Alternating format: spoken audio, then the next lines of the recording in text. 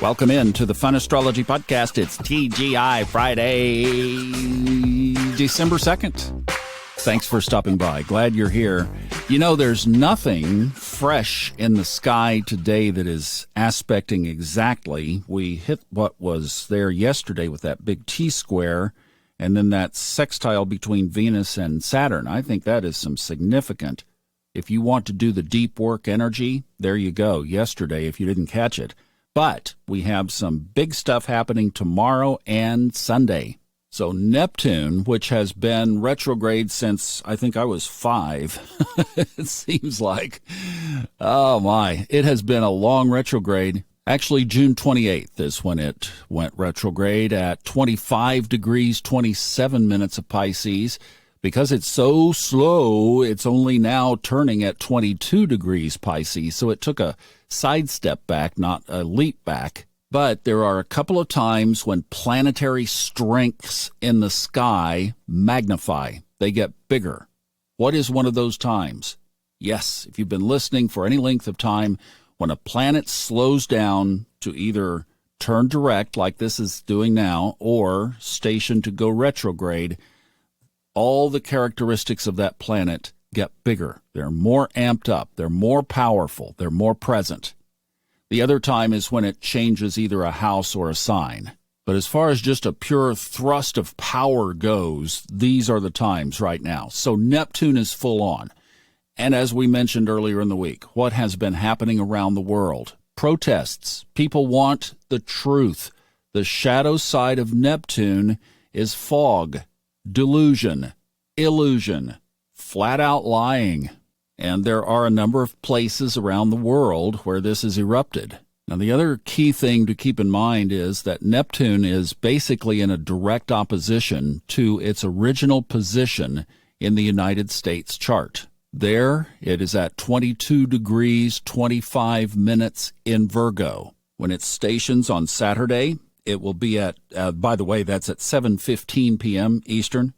It will be at 22 degrees, 39 minutes, just right across from where it is in the United States chart. Now, does that mean that every dirty politician in the United States goes on all the weekend shows and comes clean? Well, don't we wish? That would just be remarkable. No, I don't think that, because Neptune is a slow mover. Neptune bakes. Neptune is a theme builder that will continue to chip away. But the likelihood of just everybody dumping clean overnight, probably not. I do find it interesting, though, that Neptune, when it turns direct tomorrow, will be in the 9th house, at least here in North Carolina where I am. And this is interesting because the 9th house, one of the key characteristics of the 9th house is international countries, foreign countries. Now, that obviously depends on the country from which you are looking at this perspective. But we could even say that this is about the nations of the world coming under this direct movement of Neptune to say, are you willing, do you dare to let the truth come out? Or are we going to keep playing the cat and mouse game, and then maybe it escalates into something more as this energy from Pluto moves into Aquarius, and as Saturn moves into Pisces, and some of these shifts, Jupiter moving into Aries, all of these shifts that will be taking place next year and beyond. Now, the other thing that the 9th house covers is the area of the higher mind, the abstract thought processes, the higher thoughts versus the lower thoughts, if you will, which are covered in the 3rd house. Also rules the legal system. So this is all very interesting as we think about how much are we being deceived. And this is a really good weekend maybe to reflect on that. I've tried to reframe it. I've been working on this actually quite a bit for several months now, of reframing living in a world that doesn't tell the truth. Well, maybe over the weekend we'll get some more insight on that. Now, let's roll into Sunday.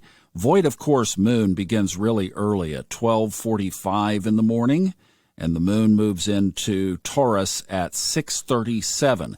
In fact, all of the Sunday aspects are probably going to be happening, for those of you in the United States, while you're still asleep.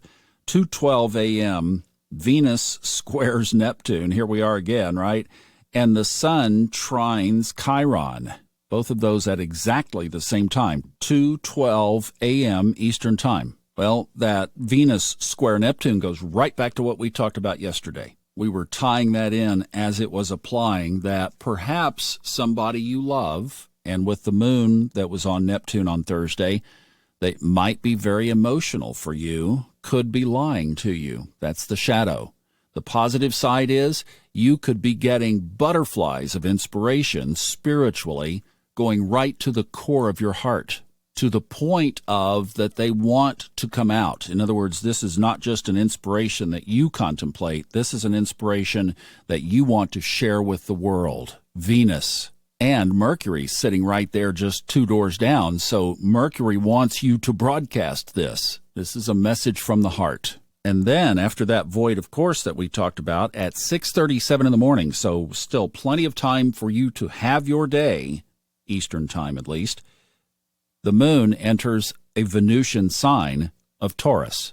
So with what we talked about yesterday that were exact aspects yesterday, and where we are moving today, there's definitely a big Venus presence in the chart right now. So catch that and realize that Neptune has 2 sides, and even though it is super powerful right now, you can stand on that spiritual side of inspiration and intuition and let that guide you through the weekend.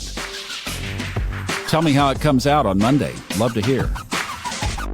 Ray Merriman tomorrow. You bet we will. I'll see you then.